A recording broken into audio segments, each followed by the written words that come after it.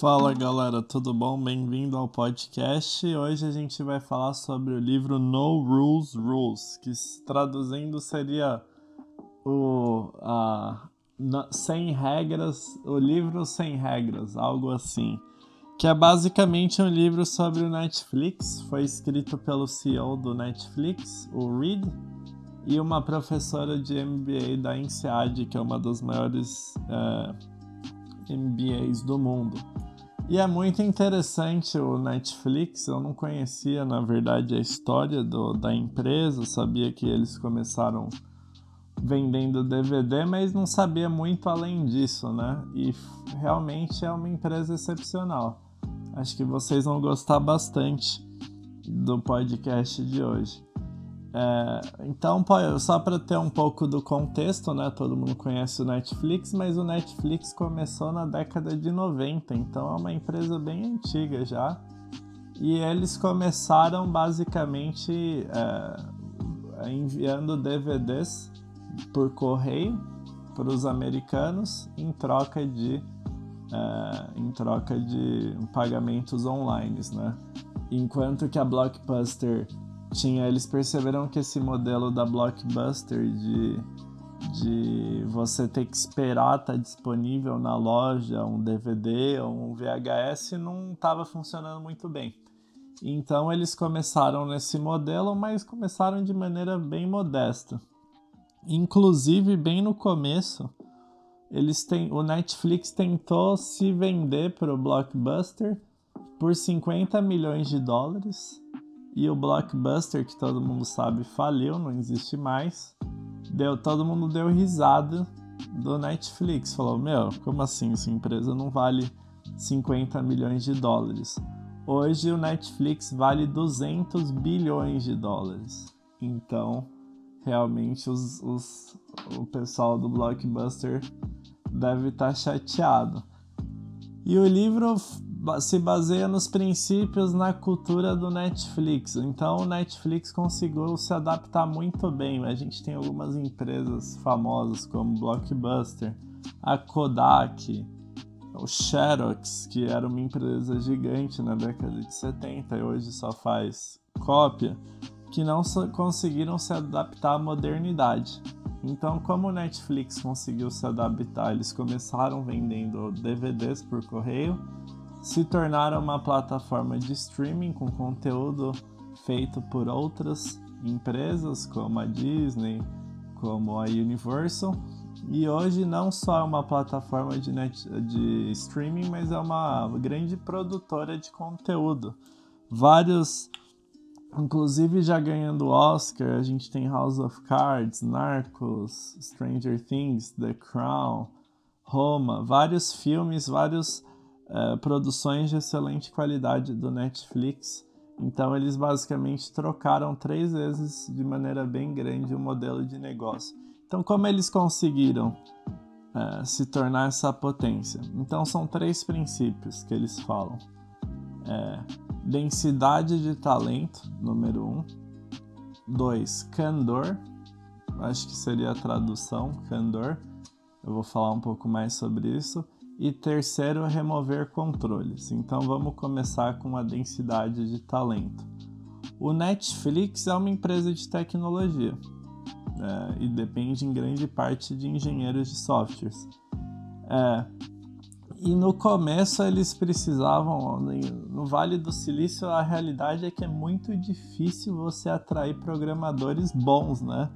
Porque algumas empresas, como o Google e o Facebook, oferecem salários bem altos para alguém que está começando. Então, para vocês terem noção, alguém começando no Facebook ganha em torno de $16 mil por mês. Então é bem alto. Então, como o Netflix consegue concorrer com o Google, com o Facebook, que oferecem salários absurdos, eles perceberam logo no início que eles escutaram um ditado famoso que o Bill Gates falava. Ele falava basicamente que um cara de chão de fábrica, ele consegue ser um cara bom, um mecânico, tal, ele consegue ser Se ele for bom, ele consegue ser algumas vezes melhor que um cara mediano. Mas um bom programador é 10 mil vezes melhor que um programador mediano. Então, ao invés de pegar um salário de 10 programadores e pagar mais ou menos, eles contratavam um cara ferrado e pagavam mais do que os concorrentes. E eles seguem essa política até hoje, porque o Netflix acredita em talento de mais alta qualidade. Inclusive, há algum tempo atrás eu estava buscando oportunidades nessas empresas de tecnologia e o Netflix não tem vagas para iniciante. Para você começar, você já deve ter uns 4 anos de experiência e eles pagam realmente muito dinheiro. Um cara que o salário médio de um engenheiro de software do Netflix é por volta de $50 mil por mês, R$250 mil por mês. É muito dinheiro. E eles fazem isso não por caridade, mas porque eles querem realmente atrair os melhores. É o que o Steve Jobs fala na biografia. Se você criar um time de só pessoas excelentes, um vai puxar o outro. Ao mesmo tempo que eles pagam isso, eles são muito rigorosos em quem eles deixam entrar. Então, eles têm algo chamado Keeper Test, que funciona assim. Keeper Test seria algo como teste para você ficar, algo assim. Então, a cada quarter, que são 4 meses, o seu chefe precisa responder o seguinte: mesmo que você esteja fazendo um trabalho bom, se essa pessoa saísse hoje, eu faria o máximo para mantê-la aqui nessa empresa? Se a resposta for não, eles te demitem. Pagam muito bem, eles pagam 4 meses de salário sem você ter que trabalhar, mas eles te deixam ir embora, porque eles basicamente veem eles mesmos. E é interessante isso, eles falam assim, muitas empresas se veem como uma família. E o Netflix se vê como um time de esporte competitivo. Então, se você joga no São Paulo, no Barcelona, no Real Madrid, você pode ser super legal. Se você não estiver performando, rua. Então, o Netflix tem essa cultura de performance, de você produzir bem. E basicamente eles, além de pagarem muito bem, o que eu achei interessante foi que eles incentivam os funcionários a falarem com recrutadores de outras empresas. Então eles estão trabalhando lá, eles falam, vai lá, pode falar com os recrutadores do Facebook, do Google. Eles inclusive pesquisam todo ano e sempre aumentam o salário baseado no que os concorrentes estão pagando. Então, se o Facebook aumentar 20%, o Netflix vai lá e aumenta 20%. Então, eles realmente acreditam nessa filosofia que o principal ponto em inglês é leverage, de alavancar qualquer negócio são as pessoas. E uma pessoa boa é melhor do que várias pessoas mais ou menos. Então eles preferem pagar um cara ferrado do que vários mais ou menos. Então é isso, eles focam muito na densidade de talento. Então só ter cara bom e para isso eles abrem o bolso. Segundo ponto é candor, que basicamente significa honestidade total dentro da empresa. Em várias empresas, os gerentes, os diretores, eles, quando eles erram, basicamente não é algo aberto. E no Netflix, todo mundo é incentivado a falar o que está pensando um do outro, principalmente os subordinados do chefe. Então, a autora dá vários relatos de reuniões que ela participou, onde funcionários que acabaram de entrar ou não tinham uma patente muito alta dentro da empresa falavam o que achavam de errado dos chefes, o que eles queriam, o que eles pensavam sobre o assunto, algo que é muito raro. Então, essa cultura de não só de ser honesto um com o outro, mas de admitir os próprios erros. A autora que veio de uma outra empresa falou que eles falam abertamente das besteiras que eles fizeram. Isso cria uma cultura de honestidade, onde todo mundo não tenta esconder, onde as informações estão livres. Isso me lembra, eu gosto muito de UFC, MMA, me lembra muito um cara, que ano passado teve um cara que falou mal pra caramba do oponente dele, chegou lá, ele perdeu em 8 segundos. E aí na primeira entrevista tava todo mundo querendo fazer o quê? Zoar o cara, né? Tirar sarro dele. E a primeira coisa que ele fala é: putz, passei uma vergonha, hein? Então quando o cara admite o erro assim de uma maneira tão clara, se ver os comentários dessa entrevista, todo mundo falou: porra, esse cara sabe perder, sabe lidar com a situação. É até admirável. Enquanto se você esconder seus erros, fica aquele negócio assim, as pessoas sabem, mas você não admite. Então achei interessante que no Netflix essa cultura de abertura, todo mundo admite os erros, os subordinados podem falar o que está errado sem ter consequências. O que a autora fala é que na maioria das empresas que ela trabalhou, falava-se que existia essa cultura de feedback, mas na prática não. Mas no Netflix, diretor falando do chefe, todo mundo fala abertamente. Claro que existem alguns princípios, senão um xingaria o outro. A autora falou que o Netflix não aceita lidar com babacas. Então é aquela pessoa que tem malícia, que vai gritar, que vai xingar, que vai falar mal dos outros pelas costas. Esse sistema de candor, de falar honestamente, só funciona se você tiver um grupo de pessoas com um certo nível de estabilidade emocional. Então, como funciona esse feedback no Netflix? Ele tem que ser sempre com uma intenção de ajudar, então não é para ferrar o cara, não é para humilhar o cara. Inclusive, se ele fizer isso, a pessoa vai ser punida. É um feedback com a intenção de melhorar o outro. Então, ajudar o outro tem que ser uma ação. Então, por exemplo, você falar assim: você é um incompetente. Isso não é uma ação. Isso você está falando sobre algo do caráter da pessoa. Enquanto falar algo assim: olha, você não fala bem em público. Por que você não participa de um grupo faz um curso, esse curso aqui de falar em público que vai te ajudar? Ou você não escreve bem, que tal aqui esse curso de redação? Então é algo que a pessoa pode fazer para melhorar, ao invés de você simplesmente atacar a personalidade da pessoa. E aí do recipiente eles enfatizam que a pessoa tem que apreciar o feedback, falar obrigado. Ela pode aceitar ou discordar do feedback, mas ela não vai ficar rebatendo. O que acontece muito é alguém falar algo sobre você e você ficar discordando.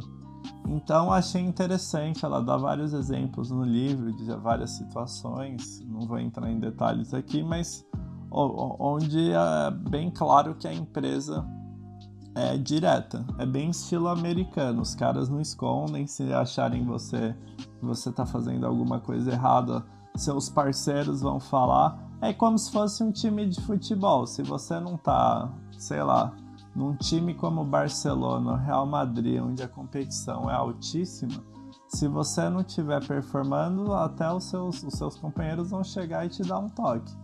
Então essa é a ideia. O Netflix é como se fosse um time competitivo. E inclusive o que eles querem é criar uma cultura onde todo mundo se sinta o dono da empresa. Inclusive vários dados que na maioria das empresas são confidenciais, como as estratégias das empresas, os produtos que eles vão trabalhar, como estão as finanças, é aberto no Netflix. O cara vai lá, abre um Google Docs, qualquer pessoa, e descobre o que a empresa está fazendo para todo mundo se sentir um dono. Então a empresa foca nesse candor. E o terceiro ponto é remover controles. Então, ele fala que tem que ser passo a passo. O candor só funciona se você tiver uma densidade de talento alta sem babacas. Eles falam muito esse termo babaca, que é a pessoa que vai abusar do sistema de candor, vai ser um bully. Não é isso que eles querem dizer, eles querem alguém que vai ser franco, com classe. Vai pensar aqui no Michael Corleone do Poderoso Chefão, sempre em controle das emoções. E o último fator do Netflix é remover controles. Então, várias empresas grandes, você vai comprar alguma coisa numa viagem, tem que ir lá fazer uma petição, não sei o que lá. Tirar férias, tem que um certo número de dias. No Netflix, não tem o número de férias, você pode tirar férias praticamente quando você quiser, quantos dias você quiser. Porque a ideia deles é que pessoas boas têm autonomia. Claro que se elas abusarem, as pessoas vão perguntar, mas em média, a autora falou, as pessoas no Netflix tiram 6 semanas de férias. Que nos Estados Unidos, onde a média de dias de férias, se eu não me engano, é tipo 10 dias por ano, é uma quantidade bem alta. Eles acreditam que pessoas que performam nesse nível precisam descansar, precisam cuidar da mente, precisam sair com a família. Então eles estão bastante liberdade para férias, se você quiser tirar um dia para sair, para não trabalhar avisando o chefe, eles são bem tranquilos. Isso até é uma característica não só do Netflix, mas das empresas de tecnologia. Eles não ligam pro horário que você chega, pro horário que você sai, quantas horas você trabalha por semana, eles ligam para sua produtividade. E gastos também não tem muito controle. Então, assim, o seu chefe vai olhar, mas eles têm a filosofia de você ter o interesse da Netflix sempre. Se você, claro, fizer um gasto extravagante, por exemplo, se você está com um cliente, não tem problema, talvez ir num restaurante melhor. Agora, se você está viajando sozinho, ir num hotel normal, padrão.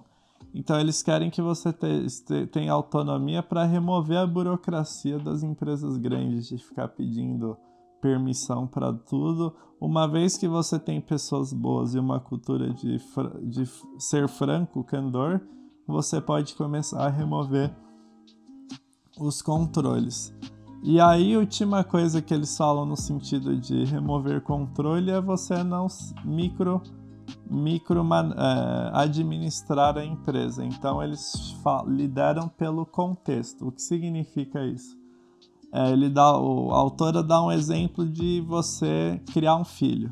Você pode, basicamente, vamos supor que seu filho adolescente quer ir numa festa. Você pode, botar um rastreador no celular do filho, contratar uma pessoa para ficar espiando. Isso é você micro-administrar. Liderar por contexto é você, falar os diferentes níveis de drogas, quais drogas são mais perigosas, quais drogas são mais tranquilas, quais são as consequências de você beber e dirigir, e aí confiar na pessoa de ir lá, se cometer os próprios erros e cobrar resultado. Então, liderar por contexto é isso. No Netflix, eles falam os objetivos, falam o que esperam de você, te educam, mas depois esperam que você tenha auto-administração. Engraçado que eles, inclusive, falam do documentário da Anitta, que está no Netflix, está famoso aí, que uma executiva no Brasil tinha acabado de entrar e teve que cuidar de negociar, de produzir esse documentário que valia milhões de reais, e meio que o Netflix falou, toma as decisões e a gente vai cobrar resultado de você. A gente contratou você porque a gente confia que você é boa e traz resultado. Então é isso, o Netflix, no site deles, já tem basicamente um resumo do livro. Eles têm com bastante clareza esses princípios. E eu achei legal, uma cultura muito forte realmente. Parece ser uma empresa muito única, assim, comparado a outras empresas. E achei bem legal. Então são esses 3 fatores: densidade de talento, resumindo, melhor contratar um cara bom e pagar muito bem do que 10 mais ou menos. Candor, número 2, e número 3 é remover os controles. Então é isso, galera. Espero que tenham gostado do podcast. Falem do podcast para os seus amigos. Vamos crescer esse podcast. No futuro eu penso em criar grupo de discussões sobre os livros, mas para isso a gente precisa crescer. Então compartilha no WhatsApp, ajudar aí a gente a crescer. Beleza? Então até semana que vem, toda quarta-feira, um episódio novo. Nos vemos semana que vem. Abraços.